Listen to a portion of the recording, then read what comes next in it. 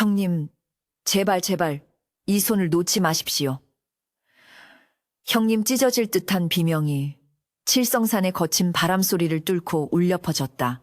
천길 낭떠러지 끝 앙상한 나무 뿌리 하나의 의지에 매달린 칠복의 얼굴은 공포로 하얗게 질려 있었고 살려달라고 애원하며 허공을 휘젓는 그의 손가락 마디마디에서는 붉은 선혈이 배어나오고 있었다. 그러나 그를 내려다보는 형만석의 눈동자는 칠흑 같은 어둠보다 더 깊고 차가운 탐욕으로 번들거리고 있었으니 형제의 연을 끊어내려는 비정한 사리가 서린 눈빛의 칠복은 전신이 얼어붙는 듯한 절망을 느꼈다. 만석은 동생의 처절한 외침에도 아랑곳하지 않고 오히려 제품에 안긴 묵직한 자루를 더욱 세게 움켜쥐었는데 그 자루 속에서 흘러나오는 기이하고도 영롱한 황금빛이 만석의 일그러진 얼굴을 기괴하게 비추고 있었다. 칠보가 원망하지 마라. 너 하나 희생하면 우리 가문이 다시 일어설 수 있다. 이 지긋지긋한 가난을 끊어낼 방법은 이것뿐이야. 만석의 입에서 나온 말은 위로가 아닌 사형 선고와도 같았고 그는 주저없이 신고 있던 집신발로 동생이 간신히 붙잡고 있던 벼랑 끝에 흙을 지시겨버렸다. 흙더미가 무너져 내리며 칠복의 손이 미끄러졌고 마지막 단말마와 함께 그의 몸은 끝을 알 수 없는 심연의 계곡 아래로 까마득히 멀어져 갔다. 텅 빈 허공을 응시하던 만석은 거칠게 숨을 몰아쉬며 뒤로 주저앉았고 그의 귓가에는 동생의 비명 대신 묵직한 황금자루가 부딪히는 소리만이 달콤하게 들려오기 시작했다. 이 끔찍한 폐륜이 벌어지기 닷새 전으로 시간을 되돌려보자면 만석과 칠복 형제가 살던 초가 삼가는 비바람조차 제대로 막지 못할 만큼 기울어져 있었다. 찢어진 문풍지 사이로 들어오는 황소바람은 형제의 뼈마디를 시리게 했고 부엌 아궁이에는 며칠째 불씨가 꺼져 냉기만이 감돌고 있었으니 그들의 가난은 마을 사람들도 혀를 찰 정도로 처참한 것이었다. 형만석은 본래 심성이 나쁜 것은 아니었으나 타고난 게으름과 허황된 꿈을 좇는 기질 탓에 밭을보다는 투전판을 기웃거리기를 좋아했고 동생 칠복은 그런 형을 대신해 남의 집 머슴살이와 약촉해는 일로 근근히 생계를 이어가고 있었다. 그날 저녁 멀건죽 한 그릇을 사이에 두고 마주 앉은 형제 사이에는 무거운 침묵만이 흐르고 있었는데 만석이 대뜸 숟가락을 내동댕이 치며 소리쳤다. 에이, 빌어먹을 내가 전생에 무슨 죄를 지었기에 이따위 개만도 못한 꼴로 산단 말이냐. 남들은 고래등 같은 기와집에서 쌀밥에 고깃국을 먹는데 우리는 언제까지 풀죽이나 쑤어 먹고 살아야 한단 말이냐. 동생 칠복은 형의 갑작스러운 분노에 놀라면서도 조심스럽다 일렀다. 형님, 조금만 참으십시오.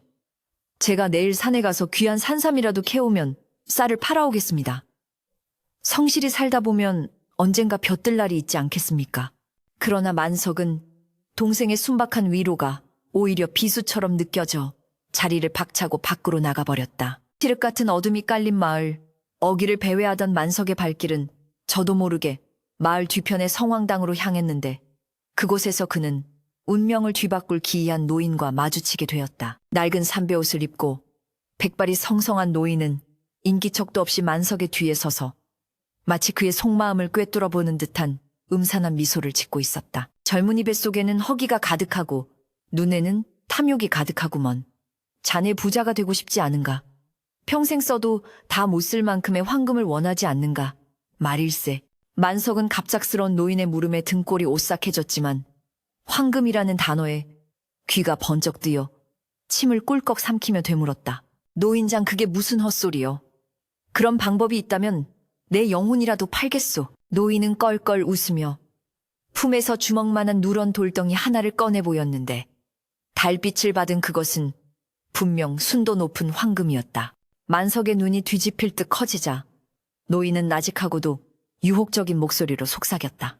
이 산의 주인이신 산신령님께서 지금 눈이 어두워지셔서 말이야.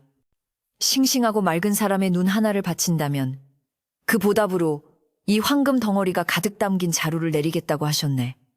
자네의 눈이든 타인의 눈이든 상관없네. 오직 눈 하나면 좋게. 그날 밤 만석은 집으로 돌아와 잠든 동생 칠복의 얼굴을 내려다보며 뜬 눈으로 밤을 지새웠는데 그의 머릿속은 온통 노인이 보여준 황금 생각으로 가득 차 있었다. 눈 하나만 있으면 된다고 했다. 내 눈을 바칠 수는 없다. 그렇다면 만석의 시선은 곤히 잠든 칠복의 얼굴에 머물렀고 순간 악마의 속삭임이 그의 이성을 마비시키기 시작했다. 칠복이는 어차피 산을 잘 타니 눈이 하나 없어도 사는데 지장이 없을 거야. 그리고 그 황금이면 칠복이도 평생 호요식하며 살게 해줄 수 있잖아. 그래, 이건 우리 형제 모두를 위한 일이다. 스스로 말도 안 되는 합리화로 죄책감을 덮어버린 만석은 다음날 아침 짐짓 밝은 표정으로 동생을 깨웠다. 칠보가, 내가 어제 장터에서 들었는데 칠성산 깊은 골짜기 그 사람이 닿지 않는 절벽 끝에 천년 묵은 산삼이 군락을 이루고 있다고 하더라. 우리 오늘 그것을 캐러 가자. 그것만 캐면 우리 팔자도 피는 것이다. 순진한 칠복은 형이 기운을 차린 것이 마냥 기뻐 아무런 의심 없이 지게를 짊어지고 형이 뒤를 따랐다. 산으로 향하는 길, 유난히 까마귀 떼가 시끄럽게 울어댔고 하늘은 금세라도 비를 뿌릴 듯 잿빛으로 흐려졌지만 황금의 눈이 먼 만석에게는 그 어떤 불길한 징조도 보이지 않았다. 산세가 험하기로 소문난 칠성산 중턱을 지나 인적이라곤 찾아볼 수 없는 깊은 골짜기에 다다랐을 때 만석의 심장은 터질 듯이 요동치고 있었고 식은땀이 등줄기를 타고 흘러내렸다. 형님, 이쪽은 길이 너무 험합니다. 약초꾼들도 오지 않는 곳인데 정말 이곳에 산삼이 있습니까? 칠복이 가쁜 숨을 몰아쉬며 물었지만 만석은 대답 대신 묵묵히 앞장서서 절벽 끝자락으로 향했다. 그곳은 부엉이 바위라 불리는 곳으로 발을 헛디디면 뼈도 추리지 못한다는 험지 중의 험지였다. 절벽 끝에 도착하자 만석은 짐을 내려놓는 척하며 주위를 살폈고 마침내 약속된 장소인 늙은 소나무 아래에 놓인 허름한 자루 하나를 발견했다. 떨리는 손으로 자루를 열어본 만석의 눈에 믿을 수 없는 광경이 펼쳐졌으니 자루 안에는 노인이 보여주었던 그 황금 덩어리들이 가득 차 있었다. 이성은 마비되었고 오직 욕망만이 남은 만석은 뒤따라 올라온 칠복을 돌아보며 떨리는 목소리로 말했다. 칠복아, 거기 절벽 아래를 좀 보거라. 저기에 산삼이 있다. 칠복이 형의 말을 믿고 아무런 의심 없이 절벽 끝으로 다가가 몸을 숙이는 순간 만석의 눈에는 더 이상 동생이 아닌 황금빛 환영만이 아른거렸다. 형님, 아무것도 안 보이는데요. 너무 깊어서. 칠복이 고개를 갸웃거리는 찰나 만석은 눈을 질끈 감고 온 힘을 다해 동생의 등을 떠밀었다. 칠복의 몸이 허공으로 쏠리며 균형을 잃었으나 생존 본능으로 칠복은 간신히 절벽 끝에 튀어나온 나무 뿌리를 움켜쥐었다. 그것이 바로 이야기의 시작점. 형제가 생과 사탐욕과 배신의 갈림길에서 마주한 비극적인 순간이었다. 칠복의 애처로운 눈빛과 마주한 만석은 찰나의 망설임을 느꼈지만 등 뒤에 놓인 황금 자루의 무게를 떠올리는 순간 그 망설임은 차가운 사리로 바뀌었다. 용서해라, 칠복아. 나는 가난이 싫다. 지긋지긋한 가난이 싫어. 만석은 미친 사람처럼 중얼거리며 동생의 손을 쳐냈고 칠복이 떨어지는 모습을 끝까지 지켜보지 못한 채 고개를 돌려버렸다. 계곡 아래에서 들려오던 비명소리가 잦아들고 정막이 찾아오자 만석은 황금자루를 품에 안고 미친 듯이 웃음을 터뜨리기 시작했다. 그것은 기쁨의 웃음이 아니라 영혼을 팔아버린 자가 내뱉는 공허하고도 비참한 울음과도 같았다. 동생을 밀어버린 만석은 도망치듯 산을 내려왔는데 그의 발걸음은 황금자루의 무게 때문인지 아니면 짓누르는 죄책감 때문인지 천근만근 무거웠다. 하늘에서는 기어코 굵은 빗방울이 쏟아지기 시작했고 번개가 칠 때마다 칠성산의 나무들이 마치 칠복이 팔을 벌리고 달려드는 형상처럼 보여 만석을 공포에 떨게 했다. 그는 빗물과 흙탕물로 범벅이 된 채 집으로 돌아왔지만 텅 빈 방 안에는 동생의 온기가 아직 남아있는 듯하여 차마 불을 켜지 못하고 구석에 웅크려 앉았다. 품에 안은 황금은 차갑게 식어 있었고 그 차가움이 뼛속까지 스며들어 만석은 덜덜 떨었다. 아무도 모를 거야. 그래, 칠복이는 그냥 발을 헛디뎌 떨어진 거야. 나는 그저 운이 좋아서 산삼 대신 황금을 발견한 것이고 그는 스스로에게 최면을 걸 듯 중얼거렸지만 밖에서 들려오는 빗소리가 마치 형님 형님 하고 부르는 칠복의 목소리처럼 들려 귀를 틀어막아야만 했다. 날이 밝자마자 만석은 마을로 내려가 거짓 연기를 시작했다. 퉁퉁 부은 눈으로 촌장과 이웃들을 찾아가 대성통곡을 하며 칠복이 약초를 캐다가 절벽에서 실족하여 떨어졌는데 시신조차 찾을 수 없었다고 거짓을 고했다. 마을 사람들은 평소 우애 깊은 형제라 믿었기에 만석의 눈물을 의심하지 않았고 칠복의 안타까운 죽음을 진심으로 애도했다. 만석은 동생의 시신도 없이 치러진 장례식에서 상주 노릇을 하며 곡을 했지만 그의 품속 깊은 곳에는 여전히 황금자루가 숨겨져 있었다. 장례가 끝나고 며칠 뒤 만석은 숨겨두었던 황금 중 하나를 꺼내 읍내 전당포로 향했고 그 막대한 재물을 바탕으로 논과 밭을 사들이며 갑작스러운 졸부 행세를 하기 시작했다. 사람들은 그가 산삼을 캐서 큰돈을 벌었다고 수군거렸지만 만석이 밤마다 헛것을 보며 비명을 지른다는 사실은 아무도 알지 못했다.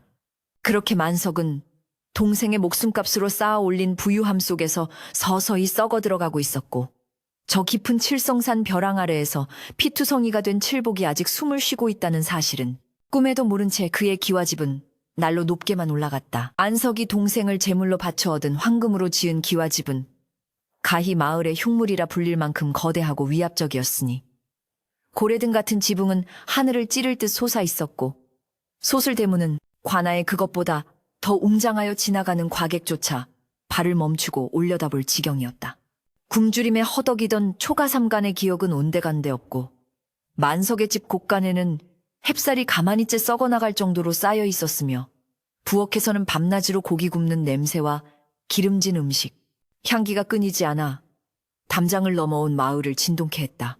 만석은 이제 더 이상 흑투성이 옷을 입은 가난한 농사꾼이 아니었으므로 최고급 명주로 지은 비단 옷을 휘감고 가죽신을 신었으며 손가락에는 굵직한 옷가락지를 끼고 거들먹거리며 팔자걸음을 걸었다. 마을 사람들은 하루아침에 천지개벽한 만석의 재력 앞에 겉으로는 굽신거리며 만석 나으리, 만석 부자님하고 아첨을 떨었으나 뒤돌아서면 동생 잡아먹고 부자된 놈이라며 수군거리고 침을 뱉었다. 그러나 황금의 달콤함에 취한 만석에게 타인의 시선 따위는 중요치 않았으니 그는 매일 밤 기생들을 불러들여 술판을 벌이고 흥청망청 돈을 뿌려대며 지난날의 가난에 대한 보상 심리를 채우기에 급급했다. 허나 눈부신 황금으로 쌓아 올린 이 화려한 성체도 만석의 마음속 깊은 곳에서 피어오르는 공포와 죄책감마저 가려주지는 못하였는데 해가 서산으로 넘어가고 어둠이 이 거대한 기와집을 집어삼키는 시각이 오면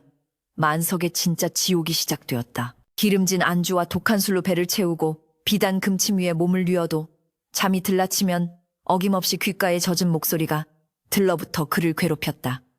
형님, 왜? 형님, 그것은 칠성산 벼랑 끝에서 들었던 칠복의 마지막 목소리였고 때로는 바람 소리에 섞여 때로는 문풍지가 떨리는 소리에 섞여 만석의 심장을 옥죄어 왔다. 만석은 소스라치게 놀라 일어난 누구냐게 아무도 없느냐 하고 고래고래 고함을 질렀으나 돌아오는 것은 겁에 질린 하인들의 조심스러운 발걸음 소리뿐이었다. 불을 환하게 켜놓아도 방 구석구석 들이운 그림자가 마치 칠복이 피투성이 손을 뻗는 형상처럼 보여 만석은 밤새 식은땀을 흘리며 이불을 뒤집어 쓰고 덜덜 떨기 일쑤였다. 어느 날 밤에는 꿈속에서 눈이 하나 없는 칠복이 나타나 자신의 남은 눈알을 파내어 만석의 손에 쥐어주며 형님, 이게 형님이 원하던 황금입니까? 하고 묻는 악몽을 꾸다 비명을 지르며 깨어났는데 깨어난 후에도 손바닥이 불에 댄 듯 뜨거워 한참을 물동이에 처박고 있어야만 했다. 만석이 탐욕의 대가로 불황과 관계에 시달리고 있을 무렵 칠성산 깊은 골짜기 빛조차 제대로 들지 않는 벼랑, 밑바닥에는 처참하게 으깨진 육신 하나가 덤불 속에 걸려 있었다. 그것은 죽은 줄로만 알았던 칠복이었는데 벼랑 중간에 튀어나온 칡넝쿨과 빽빽한 잡목들이 완충 역할을 하여 기적적으로 즉사를 면한 것이었다. 그러나 그의 상태는 차마 눈뜨고 볼 수 없을 만큼 처참하였으니 온몸의 뼈가 부러진 것은 일사요.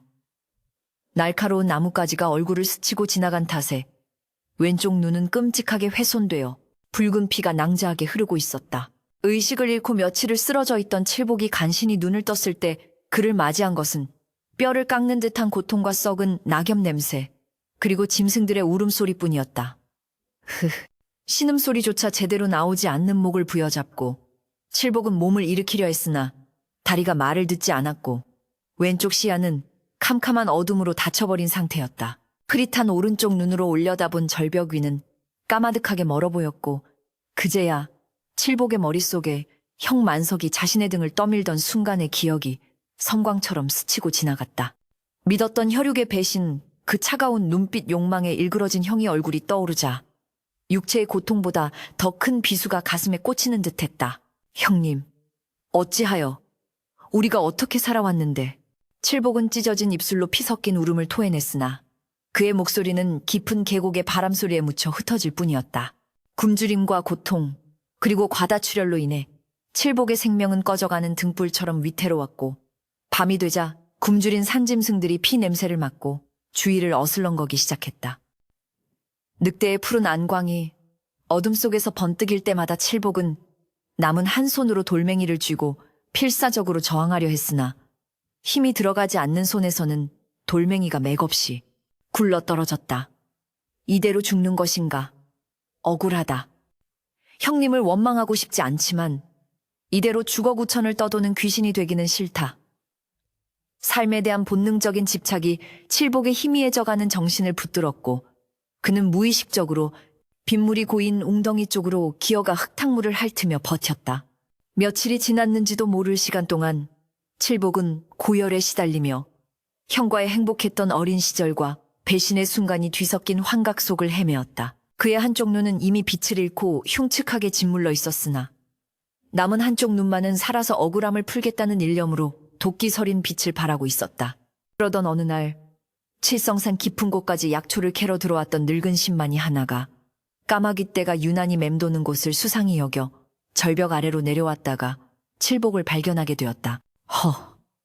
이게 짐승의 사체인가 했더니 사람 아니더냐.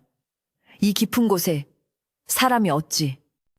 신만이 노인은 칠복의 처참한 몰골을 보고 혀를 찼으나 코 밑에 손을 대어보니 미약하게나마 숨이 붙어 있음을 확인하고는 급히 망태기를 풀어 응급조치를 취했다. 노인은 칠복의 입에 귀한 산삼 조각을 씹어 물을 흘려 넣어주고 지식여진 상처에는 지혈 효과가 있는 풀을 찧어 발라주었다. 젊은이 정신 차리게. 염라대왕이 아직 자네를 부르지 않은 모양이네. 노인의 정성어린 간호 덕분에 칠복은 기적적으로 죽음의 문턱에서 돌아올 수 있었으나 깨어난 후 거울 대신 맑은 계곡물에 비친 자신의 얼굴을 보고는 절망의 비명을 지르고 말았다. 왼쪽 눈이 있어야 할 자리는 흉하게 일그러진 흉터만이 남아있었고 다리는 절뚝거리는 신세가 되어버린 것이다. 칠복은 물에 비친 자신의 모습을 향해 돌을 던지며 오열했으나 곧 그 눈물은 마르고 서늘한 침묵이 찾아왔다. 신만이 노인의 움막에서 몸을 추스르며 지내는 동안 칠복은 단 한 번도 형의 이름을 입에 올리지 않았다. 다만 밤마다 칠성산 너머 멀리 보이는 만석의 마을 쪽 하늘을 하염없이 바라보며 그 눈빛을 더욱 차갑게 벼리고 있을 뿐이었다. 노인장 제 목숨을 구해주신 은혜는 백골인 안망이오나 저는 반드시 해야 할 일이 있어 떠나야겠습니다. 몸이 어느 정도 회복되자 칠복은 노인에게 작별을 고했다. 노인은 칠복의 눈에 서린 살기와 하늘 읽었는지 말리는 대신 지팡이 하나와 낡은 삿갓을 건네주며 말했다. 자네의 눈 하나는 사라졌지만 남은 눈으로 세상을 더 깊이 보게나. 복수는 칼로 하는 것이 아니라 하늘의 이치에 맡기는 것이네. 칠복은 노인의 말에 깊이 고개를 숙여 인사하고는 삿갓을 깊게 눌러쓰고 절뚝거리는 다리를 이끌고 산을 내려오기 시작했다. 3년이라는 시간이 흐르는 동안 칠복은 약촉해는 법과 산을 타는 법을 익히며 강인한 생존력을 갖추게 되었고 이제는 순박했던 예전의 칠복이 아닌 지옥에서 돌아온 복수의 화신이 되어 있었다. 한편 3년의 세월 동안 만석의 재산은 더욱 불어나 마을의 절반이 그의 땅이라 해도 과언이 아닐 정도가 되었다. 그러나 재물이 늘어날수록 그의 의심병과 포악함은 극에 달해 소장농들에게 가혹한 소장료를 걷고 조금이라도 반항하는 자는 멍석마리를 하여 내쫓는 등 폐악질의 하늘을 찔렀다. 마을 사람들은 그를 만석 귀신이라 부르며 두려워했고 만석의 집 앞을 지날 때면 재수가 없다며 침을 뱉고 지나갔다. 만석은 겉으로는 천하를 다 가진 듯 호령했으나 속은 텅 비어 썩어 문드러진 고목과 같았다. 그는 이제 술 없이는 한시도 견딜 수 없었고 밤이면 대청 마루에 앉아 허공을 향해 중얼거렸다. 내 돈이다. 아무도 못 가져가. 칠복이 놈도 산신령도 아무도 내 황금을 뺏을 순 없어. 그러던 어느 날 만석의 집 대문 앞에 삿갓을 쓴 남루한 행색의 사내가 나타나 말없이 대문을 응시하다 사라지는 일이 잦아졌다. 하인들이 쫓아내려 하면 바람처럼 사라졌다가 어느새 다시 나타나 외눈으로 집안을 노려보는 그 기이한 사내의 소문은 곧 만석의 귀에도 들어갔다.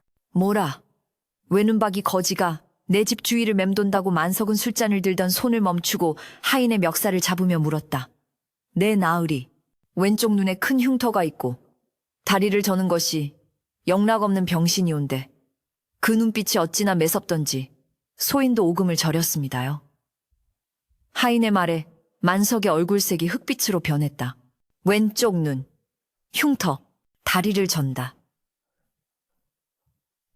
3년 전 자신이 벼랑으로 밀어버릴 때 공포에 질려있던 칠복의 얼굴과 하인의 묘사가 겹쳐지면서 잊고 지내려 했던 원초적인 공포가 만석의 목을 조여왔다. 설마 살아있는 건가? 그 높이에서 떨어졌는데 살아있을 리가 없어. 귀신이다. 원기가 붙은 게야.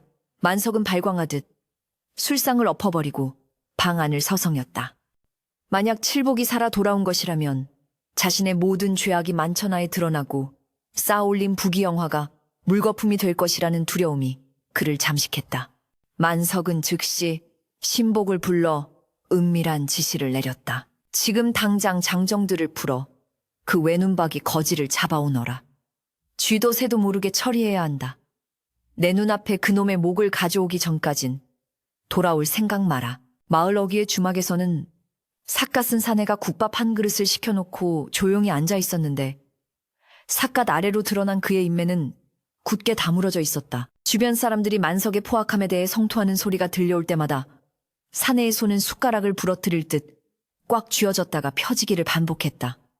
그는 바로 칠복이었다. 칠복은 당장 형의 집으로 쳐들어가 목을 조르고 싶은 충동을 억누르며 형이 스스로 파멸해가는 꼴을 지켜보기로 결심했던 것이다. 그러나 마을 곳곳에 자신을 찾는 수배령이 내려지고 몽둥이를 든 왈패들이 돌아다니는 것을 보며 칠복은 형이 여전히 반성은커녕 자신을 죽이려 한다는 사실을 깨달았다. 형님, 끝까지 가보시겠다는 겁니까? 그렇다면 저도 더 이상 형님을 혈육으로 대하지 않겠습니다. 칠복은 주막을 나서며 칠성산 쪽을 바라보았다. 3년 전 비극이 시작되었던 그곳에서 모든 것을 끝내야 할 때가 다가오고 있음을 직감했다. 바람에 날린 삿갓 사이로 드러난 칠복의 하나 남은 눈동자가 서늘한 달빛을 받아 차갑게 빛나고 있었다. 어둠이 짙게 깔린 만석의 대궐 같은 기와집 담장 너머로 스산한 밤바람이 불어오니 처마 끝에 달린 풍경 소리가 마치 누군가의 흐느낌처럼 구슬프게 울려 퍼졌다. 만석이 고용한 왈패들이 횃불을 들고 마을 곳곳을 이잡듯이 뒤지고 다녔으나 그들이 찾는 외눈박이 사내의 그림자는 어디에도 보이지 않았다. 왈패 우두머리인 공보가 씩씩거리며 만석의 사랑방 문을 열어젖혔다. 나으리, 귀신이 고칼 노릇입니다요. 분명 주막에서 나갔다는 소리를 듣고 뒤를 쫓았는데 산입구에서 연기처럼 사라져버렸습니다. 놈이 축지법이라도 쓰는지 발자국 하나 남기지 않았단 말입니다. 만석은 초조함에 입술을 물어뜯으며 소리쳤다. 이 쓸모없는 놈들, 산 사람 하나 못 잡아서 핑계를 대내 돈을 받아 처먹었으면 밥값을 해야 할 것 아니냐. 당장 다시 나가서 그놈 목을 가져와 못 찾아오면 너희들 목이 달아날 줄 알아라. 곰보가 겁을 집어먹고 물러가자 만석은 다시 혼자가 되었다. 방 안에는 최고급 향을 피워놓았으나 만석의 코에는 오직 비릿한 피냄새와 눅눅한 흙내만이 진동하는 듯하여 숨을 쉬기조차 버거웠다. 그는 불안한 눈동자를 굴리며 방구석에 놓인 장검을 끌어안았는데 천하를 호령하던 부자의 위세는 온데간데 없고 쥐새끼처럼 떨고 있는 꼬리가이 가관이었다. 그 시각 만석의 집 뒷산 늙은 소나무 가지 위에는 어둠과 한몸이 된 칠복이 앉아 그 모든 광경을 내려다보고 있었다. 그의 하나 남은 오른쪽 눈은 밤길을 노니는 살쾡이처럼 형형하게 빛나고 있었으나 그 눈빛에 담긴 감정은 단순한 분노를 넘어선 깊은 연민과 서글픔이었다. 3년 전 형의 손에 떠밀려 떨어지던 순간의 공포는 칠복의 가슴에 씻을 수 없는 흉터를 남겼지만 산에서 생사를 넘나들며 얻은 깨달음은 그를 다른 사람으로 만들어 놓았다. 형님, 고작 저런 꼴로 살려고 저를 죽이려 하셨습니까? 비단 이불을 덮고 산의 진미를 먹어도 마음 편히 잠들지 못하는 삶이 정말 형님이 원하던 부귀영화입니까? 칠복은 품에서 작은 돌멩이 하나를 꺼내 만석의 방문을 향해 튕겼다. 탁! 하는 소리가 정적을 깨자 방 안에서 만석의 비명소리가 들려왔다. 칠복은 씁쓸한 미소를 지으며 어둠 속으로 몸을 숨겼다. 그는 당장 형의 목을 벨 수도 있었지만 그러지 않았다. 죽음보다 더 무서운 것은 자신의 죄와 마주하는 것임을, 그리고 스스로 무너져 내리는 형을 지켜보는 것이 진정한 복수이자 마지막 구원의 기회임을 칠복은 알고 있었기 때문이었다. 다음 날부터 기이한 일들이 연이어 벌어지기 시작했다. 만석이 아침상을 받으려는데 밥그릇 안에서 흙투성이가 된 집신 한 짝이 나온 것이다. 그것은 3년 전 칠복이 절벽에서 떨어질 때 신고 있었던 것과 똑같은 모양새였다. 만석은 밥상을 뒤엎으며 하녀의 머리채를 휘어잡았다. 인연, 이게 무엇이냐? 누가 내 밥상에 이런 흉측한 물건을 올렸느냐? 하녀는 사색이 되어 바닥에 머리를 찌으며 빌었다. 나으리 억울하옵니다. 소인은 분명 갓 지은 하얀 쌀밥을 퍼담았을 뿐입니다요. 귀신이 고칼 노릇이옵니다. 만석은 집신을 집어던지며 밖으로 뛰쳐나갔지만 마당에는 아무런 인기척도 없었다. 다만 대문 기둥에 날카로운 칼자국으로 새겨진 글귀 하나가 그의 눈을 찔러왔다. 형제 숑디. 그 두 글자를 본 순간 만석의 다리가 풀려 주저앉고 말았다. 그것은 단순한 글자가 아니라 잊고 싶었던 천륜의 무게이자 죄악의 증거였다. 마을 사람들은 만석의 집에서 들려오는 고함 소리와 비명 소리에 혀를 차며 수군거렸다. 쯧쯧 천벌을 받는 게야. 동생 잡아먹고 잘 살 줄 알았더니 결국 미쳐가는 구먼. 만석은 사람들의 시선이 두려워 대문을 걸어 잠그고 집안에 틀어박혔으나 그럴수록 공포는 그의 목을 더욱 세게 조여왔다. 사흘 뒤 장날 만석은 며칠째 잠을 못 자 퀭한 눈으로 억지로 외출을 감행했다. 집에만 있다가는 정말 미쳐버릴 것 같았기 때문이었다. 왈패들을 병풍처럼 두르고 장터에 나타난 만석은 지나가는 사람들이 자신을 보고 웃는 것 같아 괜한 트집을 잡아 행패를 부리기 시작했다. 네, 이놈 왜 나를 쳐다보느냐? 내가 미친놈 같으냐? 악만석이 힘없는 나물 장수, 할머니의 좌판을 발로 차 엎어버리자 주변 상인들이 웅성거리며 모여들었다. 그때 군중 속에서 삿갓을 쓴 사내가 천천히 걸어 나왔다. 소란스럽던 장터가 일순간 찬물을 끼얹은 듯 조용해졌다.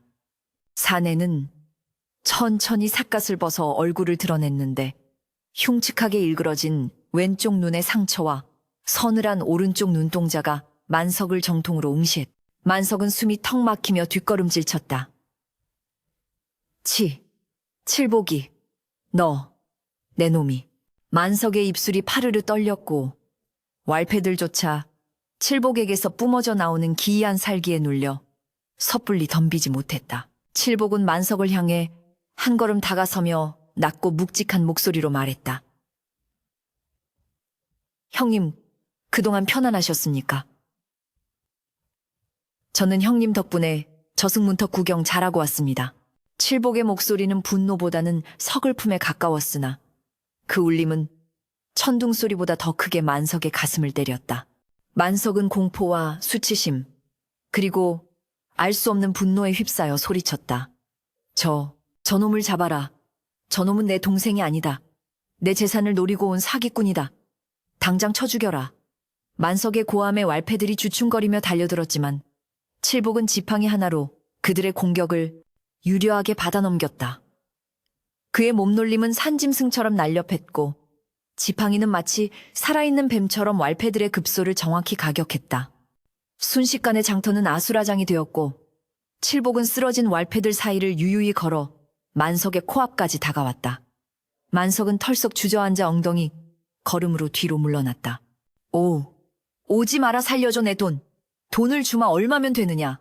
칠복은 만석의 비굴한 모습을 내려다보며 슬픈 눈으로 고개를 저었다. 형님 아직도 모르시겠습니까? 제가 원하는 건 그따위 더러운 황금이 아닙니다. 형님이 버린 양심 형님이 짓밟은 천륜 그것을 되찾으러 온 것입니다. 칠복은 만석의 발치에 3년 전 산신령 노인에게 받았던 것과 똑같이 생긴 작은 돌멩이 하나를 던져놓고는 뒤돌아섰다. 기회는 한 번뿐입니다. 스스로 쌓은 죄악의 탑을 무너뜨리고 속죄하십시오. 그렇지 않으면 산신령님의 노여움이 형님을 덮칠 것입니다. 칠복은 그 말을 남기고 다시 인파 속으로 사라졌고 만석은 멍하니 돌멩이를 바라보며 전신을 떨었다. 마을 사람들은 그 광경을 지켜보며 만석을 향해 손가락질을 해댔고 만석은 견딜 수 없는 모멸감에 치를 떨며 집으로 도망쳐왔다. 방으로 돌아온 만석은 술병을 통째로 들이키며 칠복의 마지막 말을 곱씹었다. 속죄 웃기지 마라. 내가 어떻게 쌓은 재산인데 내 눈을 바치라는 거냐?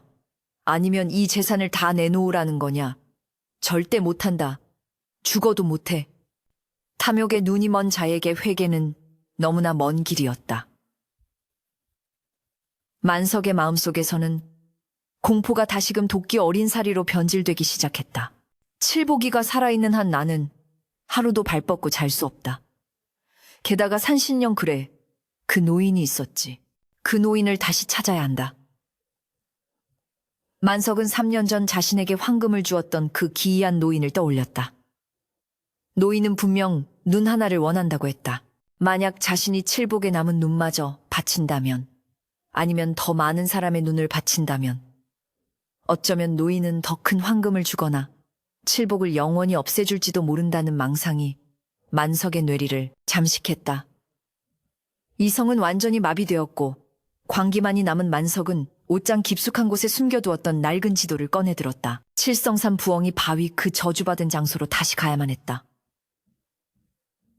이번에는 칠복을 확실히 끝장내고 그 대가로 영원한 부귀를 얻으리라는 헛된 희망이 그의 썩은 동아줄이 되었다. 그날 밤 만석은 은밀히 왈패, 우두머리 곰보를 다시 불렀다. 너희들이 당한 수모를 갚고 싶지 않느냐? 내 창고에 있는 황금의 절반을 주마. 황금이라는 말에 곰보의 눈이 번들거렸다. 나으리 무엇을 하면 됩니까? 만석은 뱀처럼 차가운 미소를 지으며 속삭였다. 칠복이 놈을 유인해야 한다.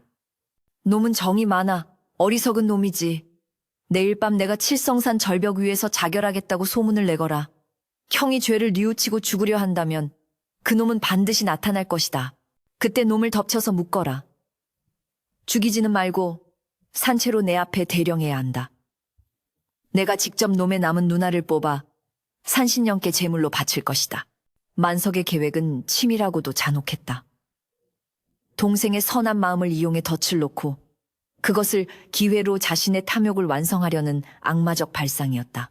한편 마을 어귀 당산나무 아래에서 밤을 보내던 칠복은 밤바람에 실려오는 불길한 기운을 감지했다. 까마귀들이 밤늦도록 울어대고 칠성산 쪽에서 검붉은 안개가 피어오르는 것이 심상치 않았다. 칠복은 만석이 자신의 경고를 무시하고 파멸의 길을 선택했음을 직감했다. 형님, 결국 끝까지 가시려는군요. 제가 형님을 멈춰 세우겠습니다. 비록 제 뼈가 부서지는 한이 있더라도 형님이 더 이상의 죄를 짓게 두지는 않겠습니다. 칠복은 지팡이를 꽉 쥐고 일어섰다. 그의 남은 한쪽 눈에서 흐르는 눈물이 볼을 타고 내려와 흉터진 뺨을 적셨다. 형제간의 피비린내 나는 마지막 비극이 서서히 막을 올리고 있었다. 칠성산의 깊은 어둠 속에서 무언가가 입을 벌리고 그들을 기다리고 있었다. 그것은 3년 전의 그 노인일 수도 아니면 그들이 저지른 죄악의 그림자일 수도 있었다. 칠복은 깊은 한숨을 내쉬며 형을 구하기 위해 혹은 형을 단죄하기 위해 죽음의 벼랑을 향해 발걸음을 옮겼다. 칠성산 부엉이 바위 위로 쏟아지는 빗줄기는 마치 하늘이 구멍이라도 난 듯 거세었고 번개가 칠 때마다 드러나는 절벽의 형상은 3년 전 그날의 악몽을 재현하듯 흉물스럽게 번뜩였다. 만석은 흠뻑 젖은 채 절벽 끝에 위태롭게 서서 아래를 내려다보며 거짓된 통곡을 쏟아내고 있었는데 그 울음소리는 바람소리에 섞여 기괴한 불협화음을 만들어내고 있었다. 아이고, 칠보가 내 동생아 이 못난 형이 죽어야 마땅하다. 내 너를 따라가마 만석은 가슴을 치며 오열하는 신용을 했지만 곁눈질로는 끊임없이 숲속 어둠을 살피며 먹잇감이 걸려들기만을 기다리고 있었다. 숲속 덤불 뒤에는 곰보와 왈패들이 몽둥이와 밧줄을 움켜쥔 채 숨을 죽이고 있었고 그들의 눈에는 만석이 약속한 황금에 대한 탐욕이 이글거리고 있었다. 시간이 얼마나 흘렀을까? 칠흑 같은 어둠 속에서 젖은 낙엽을 밟는 발자국 소리가 들려오자 만석의 입가에 비릿한 미소가 스쳐 지나갔다. 삿갓을 쓴 칠복이 지팡이에 의지한 채 천천히 모습을 드러낸 것이다. 칠복은 비에 젖은 형의 모습을 보자마자 지팡이를 내려놓고 다급히 외쳤다. 형님, 멈추십시오. 목숨을 끊는다고 죄가 사라지는 것이 아닙니다. 만석은 칠복의 목소리를 듣자마자 회심의 미소를 삼키고는 더욱 과장되게 몸을 떨며 뒤를 돌아보았다. 칠복이냐? 내 동생 칠복이. 아이고, 이놈아 살아있었구나. 내 너를 볼 면목이 없어 죽으려 했다. 만석은 칠복에게 다가가는 척하며 비틀거렸고 순박한 마음을 버리지 못한 칠복은 형의 연기에 속아 무방비 상태로 손을 뻗었다. 형님 지금이라도 늦지 않았습니다. 집으로 돌아가서 칠복의 말이 채 끝나기도 전에 만석의 눈빛이 돌변하며 표독스러운 살기를 띠었다. 집지옥으로 가라. 이놈아 만석의 고함과 동시에 숨어있던 왈패들이 벌떼처럼 튀어나와 칠복을 덮쳤다. 칠복은 본능적으로 몸을 피하려 했으나 미리 쳐져 있던 그물에 발이 걸려 중심을 잃고 말았다. 곰보가 휘두른 몽둥이가 칠복의 어깨를 강타했고 칠복은 고통스러운 신음과 함께 진흙바닥에 나뒹굴었다. 형님, 이게 무슨 짓입니까? 칠복이 절규했으나 만석은 킬킬대며 칠복의 머리채를 움켜쥐고 바닥에 지시겼다. 무슨 짓이냐고 네 놈이 살아서 내 재산을 넘보는데 내가 가만히 있을 줄 알았느냐. 너는 오늘 내 재물이 될 것이다. 빗물과 흙탕물에 범벅이 된 채 포박당한 칠복은 처참한 몰골로 형을 올려다보았는데 그의 하나 남은 눈동자에는 배신감보다 깊은 절망이 담겨 있었다. 형님, 고작 황금 때문에 또다시 동생을 정말로 괴물이 되신 겁니까? 만석은 칠복의 뺨을 거칠게 때리며 소리쳤다. 닥쳐라. 내 놈이 가난을 아느냐. 돈 없으면 개만도 못한 취급을 받는 이 더러운 세상을 네가 알아. 나는 다시는 그 구정물통으로 돌아가지 않을 것이다. 만석은 품에서 시퍼런 단도를 꺼내들고 칠복에 남은 오른쪽 눈을 겨누었다. 산신령이 그랬지. 눈 하나를 바치면 황금을 준다고. 내 왼쪽 눈은 이미 잃었으니 남은 오른쪽 눈마저 바치면 나는 더 큰 부자가 될 수 있어. 너는 어차피 병신이니 눈이 없어도 그만 아니냐. 만석의 광기는 극에 달해 있었고 천둥 소리가 요란하게 울려 퍼지며 그의 목소리를 더욱 공포스럽게 만들었다. 칠복은 형의 손에 들린 칼날이 자신의 눈을 향해 다가오는 것을 보며 저항을 포기한 채 눈을 감았다. 차라리 제 눈을 가져가 형님의 탐욕이 끝날 수만 있다면 그것은 체념이 아닌 형을 위한 마지막 희생이자 기도였다. 바로 그 순간 기이한 바람이 불어와 횃불들이 일제히 꺼지더니 주위가 칠흑 같은 어둠에 잠겼다. 왈패들은 당황하여 웅성거렸고 만석 역시 흠칫 놀라 칼을 멈췄다. 그리고 그 어둠 속에서 푸르스름한 인광이 피어오르더니 3년 전 만석에게 황금을 주었던 그 노인이 호련히 나타났다. 노인은 빗속에서도 옷자락 하나 젖지 않은 채 서늘한 미소를 지으며 만석을 내려다보고 있었다. 허허, 인간의 욕심이란 끝이 없구나. 약속대로 눈을 바치러 왔는가.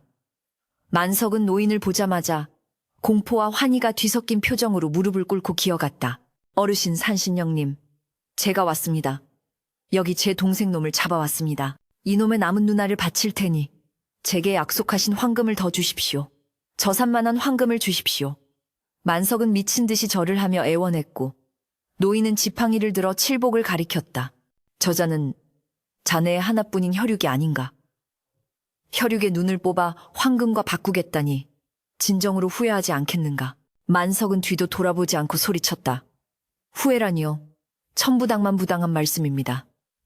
피를 나눈 형제라도 내 부귀영화보다 중할 수는 없습니다. 어서 이놈의 눈을 가져가시고 제게 황금을 주소서. 만석의 대답에 노인의 표정이 싸늘하게 굳어졌고 하늘에서는 산이 무너질 듯한 천둥 소리가 쾅 하고 터졌다. 왈패들은 그 위압감에 눌려 오줌을 지르며 도망칠 생각조차 하지 못하고 바닥에 납작 엎드렸다. 노인의 목소리가 쩌렁쩌렁하게 울려 퍼지며 계곡을 뒤흔들었다. 어리석은 놈, 내가 3년 전 눈 하나를 바치라 했던 것은 타인의 육신을 해하라는 것이 아니라 내 놈의 마음속에 있는 탐욕의 눈, 즉 세속을 좇는 그 더러운 심한 신년을 버리라는 뜻이었느니라. 헌데 너는 동생을 죽이려 하고 그것도 모자라. 이제는 남은 눈마저 탐하니 내 놈은 짐승만도 못한 악귀로다. 노인의 호통과 함께 번개가 만석의 바로 앞 바닥에 내리꽂혔고 흙 튀기는 소리와 함께 땅이 갈라졌다. 만석은 그제야 사태가 잘못되었음을 깨닫고 사색이 되어 뒷걸음질 쳤으나 이미 늦은 일이었다. 아니 그게 무슨 말씀이십니까? 분명 눈을 바치면 황금을 주신다고. 만석이 말을 더듬으며 품속에 고이 간직했던 황금 자루를 꺼내들었다. 보십시오. 이 황금이 증거 아닙니까? 그러나 만석이 자루를 열어 쏟아붓는 순간 그의 눈앞에서 믿을 수 없는 일이 벌어졌다. 찬란하게 빛나던 황금 덩어리들이 빗물에 닿자마자 시커먼 돌덩이와 썩은 흙으로 변해버린 것이다. 으악! 이게 뭐야? 내 황금 내 돈 만석은 흙덩이로 변해버린 것들을 움켜쥐고 울부짖었다. 안 돼. 이럴 수는 없어. 내가 이걸 얻으려고 무슨 짓을 했는데. 그는 바닥을 기어다니며 돌덩이들을 주워 담으려 했으나 그것들은 손안에서 바스라져 흙탕물이 되어 흘러내릴 뿐이었다. 그때 노인의 모습이 서서히 흐려지더니 거대한 호랑이의 형상과 섞이며 칠성산 산신령의 본 모습이 드러났다. 산신령의 두 눈은 타오르는 숯불처럼 붉게 빛나며 만석을 꿰뚫어 보았다. 내 놈이 그토록 원하던 황금은 네 동생의 피와 눈물이었다. 이제 계약을 이행할 시간이다. 너는 시만을 버리지 못했으니 그 대가로 세상을 보는 육신의 눈을 거두어 가겠다. 영원한 어둠 속에서 내 죄를 씹어 삼키며 살 거라. 산신령의 호령이 떨어지자마자 허공에서 날카로운 바람 칼날이 날아와 만석의 두 눈을 스치고 지나갔다. 의학 만석은 두 눈을 감싸쥐고 처절한 비명을 지르며 바닥을 뒹굴었다. 손가락 사이로 검붉은 피가 흘러내렸고 세상은 그에게 완벽한 암흑으로 변해버렸다. 고통과 공포에 질린 만석은 허공을 향해 손을 휘저으며 발광했다. 안 보여. 아무것도 안 보여.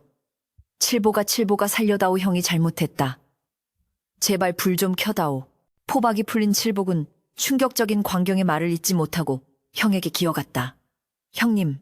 칠복이 피투성이가 된 만석을 끌어안자 만석은 동생의 목소리에 더욱 기겁하며 밀쳐냈다. 오지마. 귀신이다. 칠복이 귀신이 내 눈을 파먹으러 왔다. 저리가. 만석은 미친 사람처럼 소리를 지르며 뒷걸음질치다 절벽 끝으로 몰렸다. 거기는 위험합니다. 형님 제발 진정하십시오. 칠복이 다급하게 외쳤지만 이미 이성을 잃고 눈이 먼 만석에게는 아무것도 들리지 않았다. 곰보와 왈패들은 산신령의 노여움과 만석의 비참한 꼴을 보고 혼비백산하여 살려주십시오를 외치며 산 아래로 주랭랑을 쳤다. 폭우는 더욱 거세졌고 칠복은 피눈물을 흘리는 형을 보며 오열했다. 산신령은 그 모든 것을 차가운 눈으로 내려다보며 인간의 탐욕이 빚어낸 파국을 묵묵히 지켜볼 뿐이었다. 만석은 벼랑 끝 바위에 주저앉아 텅 빈 눈구멍으로 어둠을 응시하며 헛손질을 해댔다. 황금, 내 황금, 어디 갔어? 그의 중얼거림은 처량하기 그지없었으나 그를 동정하는 이는 아무도 없었다. 오직 그가 버리려 했던 동생 칠복만이 그의 곁을 지키며 비를 맞고 있었다. 진정한 재판은 관아의 형틀 위에서가 아니라 이 비바람 몰아치는 절벽 위에서 하늘의 뜻으로 이루어졌다. 만석이 쌓아올린 기와집도 끝도 없던 논밭도 화려했던 비단 옷도 눈이 멀어버린 그에게는 이제 아무런 의미가 없는 헛것이 되어버렸다. 산신령의 형상은 서서히 빗줄기 속으로 사라졌지만 그의 목소리만은 메아리가 되어 계곡을 맴돌았다. 탐욕은 눈을 가리고 끝내 자신을 삼키는 독이니라. 칠복은 형의 어깨를 감싸 안으며 하늘을 올려다보았다. 비구름 사이로 희미하게 달빛이 비치기 시작했으나 만석의 세상에는 영원히 빛이 들지 않을 것이었다. 이것은 인과응보의 결말이자 형제에게 내려진 가혹하고도 슬픈 운명의 형벌이었다. 밤은 깊어가고 칠성산의 부엉이만이 그들의 비극을 목격한 증인이 되어 길게 울었다. 폭풍우가 휩쓸고 지나간 칠성산의 새벽은 거짓말처럼 고요하고 투명했으니 밤새 울부짖던 천둥 소리는 씻은 듯 사라지고 동쪽 하늘 붉은 해가 솟아올라 젖은 나무심마다 영롱한 금빛 이슬을 매달아 놓았다. 그 찬란한 아침, 햇살 아래 만석은 넋이 나간 사람처럼 절벽 끝에 주저앉아 텅 빈 두 눈으로 허공을 더듬거리고 있었다. 그의 손에는 여전히 밤새 빗물에 씻겨 흉측한 본색을 드러낸 검은 돌멩이 몇 개가 쥐어져 있었는데 만석은 그것이 아직도 황금이라 믿고 싶은 듯 볼에 비비며 웅얼거렸다. 따뜻해. 내 황금. 아무도 못 가져가. 그 처참한 광경을 지켜보던 칠복은 찢어지는 가슴을 부여잡고 형에게 다가갔다. 형님, 이제 그만 내려가시지요. 날이 밝았습니다. 칠복의 목소리에 만석이 움찔하며 몸을 사렸으나 더 이상 도망칠 기력조차 없는 듯 힘없이 고개를 떨구었다. 그때 기이한 일이 벌어졌으니 칠성산 골짜기를 타고 불어온 향긋한 바람이 칠복의 일그러진 왼쪽 눈을 부드럽게 감싸고 도는 것이었다. 칠복이 무의식적으로 눈을 비비고 다시 떴을 때 지난 3년간 어둠 속에 갇혀있던 왼쪽 시야가 기적처럼 트이며 세상의 풍경이 밀물처럼 쏟아져 들어왔다. 산신령이 탐욕을 벌인 자에게 내린 자비이자 형을 용서한 칠복의 맑은 심안에 대한 보답이었다. 칠복은 떨리는 손으로 자신의 눈을 만져보며 감격의 눈물을 흘렸으나 곧바로 시선을 돌려 앞을 보지 못하게 된 형을 바라보며 깊은 탄식을 내뱉었다. 하늘이시여 어찌하여 제게는 광명을 주시고 형님께는 어둠을 주셨나이까. 이 또한 피할 수 없는 업보란 말입니까? 칠복은 앞을 못 보는 형을 짐짝처럼 들쳐업고 산을 내려오기 시작했다. 만석은 칠복의 등에서 버둥거리지도 않은 채 그저 황금, 황금 하는 헛소리만 되풀이할 뿐이었다. 마을로 내려오는 길사람들은 피투성이가 된 채 맹인이 되어 돌아온 천하의 부자 만석과 죽은 줄 알았던 칠복이 멀쩡히 살아 돌아온 모습을 보고 경악을 금치 못했다. 소문은 발없는 말이 되어 삽시간에 온고울로 퍼져나갔고 만석이 동생을 죽이려다 산신령의 노여움을 사 눈이 멀고 알거지가 되었다는 사실이 만천하에 드러났다. 만석의 대궐 같은 기와집에 도착했을 때 집안 풍경은 이미 아수라장이 되어 있었다. 주인인 만석이 눈이 멀고 미쳐버렸으며 황금이 모두 돌덩이로 변했다는 소식을 들은 하인들과 왈패들이 집안에 있는 돈 될 만한 세간살이를 모조리 훔쳐 달아나고 있었던 것이다. 이놈들아, 내 비단 내 도자기 그거 내려놓지 못하겠느냐. 만석이 인기척을 느끼고 허공에 대고 고래고래 소리를 질렀으나 하인들은 코웃음을 치며 오히려 만석을 조롱했다. 에이구, 눈먼 늙은이. 이제 댁은 끝났소. 그동안 우리 고열을 빨아먹은 값이라 생각하고 가져가겠소. 평소 만석에게 멸시받던 머슴 하나가 만석의 면전에 침을 뱉고는 쌀가마니를 쥐고 대문을 나섰다. 만석은 텅 빈 마당에 넘어져 허우적거리며 울부짖었다. 다 내 거야. 도둑놈들 관아에 고발할 테다. 그러나 그의 외침에 대답하는 것은 휑한 바람소리와 닫히는 대문 소리뿐이었다. 화무시비롱이라 했던가 죄악으로 쌓아올린 부귀영화는 하루아침에 신기루처럼 사라지고 남은 것은 폐가처럼 변해버린 덩그런 집과 초라한 맹인뿐이었다. 칠복은 형이 무너져가는 모습을 차마 더 지켜볼 수 없어 조용히 만석의 곁을 떠나기로 결심했다. 자신이 곁에 있으면 형이 계속해서 죄책감과 열등감에 시달릴 것이며 자신 또한 형을 보며 과거의 상처를 곱씹게 될 것임을 알았기 때문이었다. 칠복은 남은 세간을 정리해 만석이 굶어 죽지 않도록 조치해준 뒤 아무런 미련 없이 그 저주받은 기와집을 뒤로하고 마을 외딴 곳에 작은 초가집을 짓고 정착했다. 그는 다시 예전처럼 약초를 캐고 밭을 일구며 살았지만 이제는 두 눈으로 세상을 볼 수 있었기에 그의 약초캐는 솜씨는 더욱 좋아졌고 그의 성실함과 착한 심성에 감복한 마을, 사람들이 하나둘씩 일거리를 주어 생활은 금세 안정을 찾았다. 칠복은 욕심내지 않고 딱 먹고 살 만큼만 벌었으며 남는 것이 있으면 가난한 이웃들에게 나누어 주니 사람들은 그를 살아있는 부처라 칭송했다. 반면 만석의 삶은 나락으로 떨어졌다. 하인들이 모두 떠나고 먹을 것조차 없어진 만석은 결국 그 넓은 기와집에서 기어나와 구걸을 하는 신세가 되었다. 눈이 보이지 않으니 밥을 짓지도 빨래를 하지도 못해 꼬른거지 중 산거지가 되었고 거리를 지날 때마다 아이들이 돌을 던지며 놀려댔다. 얼레리 꼴레리 동생 잡아먹은 욕심쟁이 똥 묻은 황금이나 먹어라. 만석은 돌에 맞을 때마다 몸을 웅크리고 잘못했습니다. 한 푼만 줍쇼 하며 비굴하게 빌었다. 한때 떵떵거리며 마을을 호령하던 위세는 온데간데 없고 이제는 썩은 동아줄보다 못한 목숨을 구걸하는 처량한 신세가 된 것이다. 가끔 정신이 돌아오면 그는 칠성산 쪽을 향해 엎드려 내 눈 돌려줘 하고 하염없이 울었으나 산은 묵묵부답으로 그를 내려다볼 뿐이었다. 만석은 자신이 그토록 혐오했던 가난보다 더 비참한 밑바닥을 기며 뼈에 사무치는 후회 속에 하루하루를 연명했다. 계절이 몇 번 바뀌고 차가운 겨울바람이 불어오던 어느 장날 칠복은 장터 한 구석에서 멍석을 뒤집어 쓰고 덜덜 떨고 있는 만석을 발견했다. 만석의 앞에는 깨진 쪽박 하나가 놓여 있었는데 그 안에는 말라비틀어진 밥풀 몇 개만이 댕그러니 들어있었다. 사람들은 냄새가 난다며 코를 막고 그를 피해 지나갔다. 칠복은 가슴 한구석이 아려오는 것을 느끼며 근처 국밥집으로 들어가 따뜻한 국밥 한 그릇과 막걸리 한 병을 샀다. 그리고 조용히 만석에게 다가가 쪽박 옆에 국밥을 내려놓았다. 구수한 국물 냄새를 맡은 만석이 허겁지겁 손을 뻗어 그릇을 찾았다. 뜨거운 국물에 손이 데이는 줄도 모르고 만석은 짐승처럼 국밥을 퍼먹기 시작했다.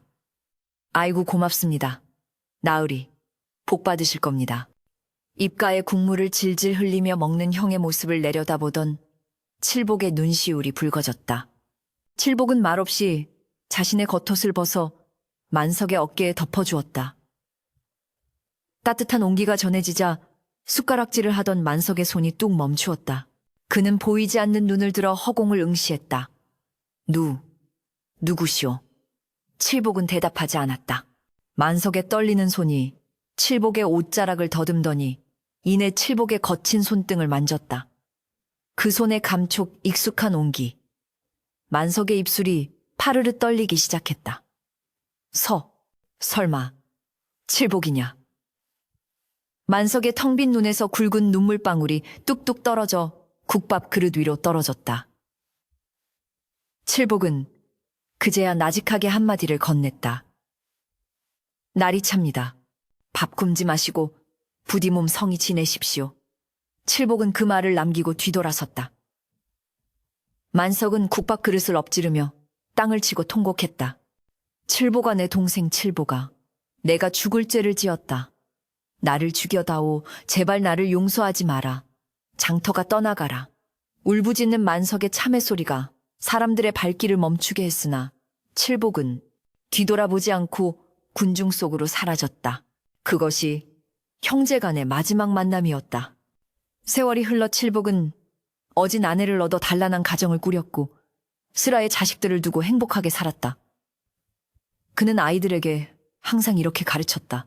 사람의 눈이 두 개인 이유는 하나로는 세상을 보고 다른 하나로는 자신의 마음을 살피라는 뜻이란다. 탐욕의 눈이 멀어 마음의 눈을 닫으면 결국 세상의 빛조차 잃게 되는 법이다. 봄이 오면 칠성산에는 진달래가 흐드러지게 피어났고 칠복은 가족들과 함께 산에 올라 산신령이 머무는 부엉이 바위 쪽을 향해 절을 올렸다. 비록 형 만석은 비참한 최후를 맞이하여 묘지조차 없이 사라졌으나 칠복의 마음속에서 형은 탐욕의 허망함을 일깨워준 아픈 손가락으로 영원히 남았다. 어느 날 밤 칠복의 꿈에 젊은 시절의 건강한 모습을 한만석이 나타났다. 꿈속의 만석은 더 이상 탐욕스러운 눈빛이 아닌 맑고 선한 눈으로 칠복을 바라보며 환하게 웃고 있었다. 칠복아 고맙다. 그리고 미안했다. 만석이 칠복의 어깨를 토닥이고는 하얀 나비가 되어 칠성산 너머로 날아갔다.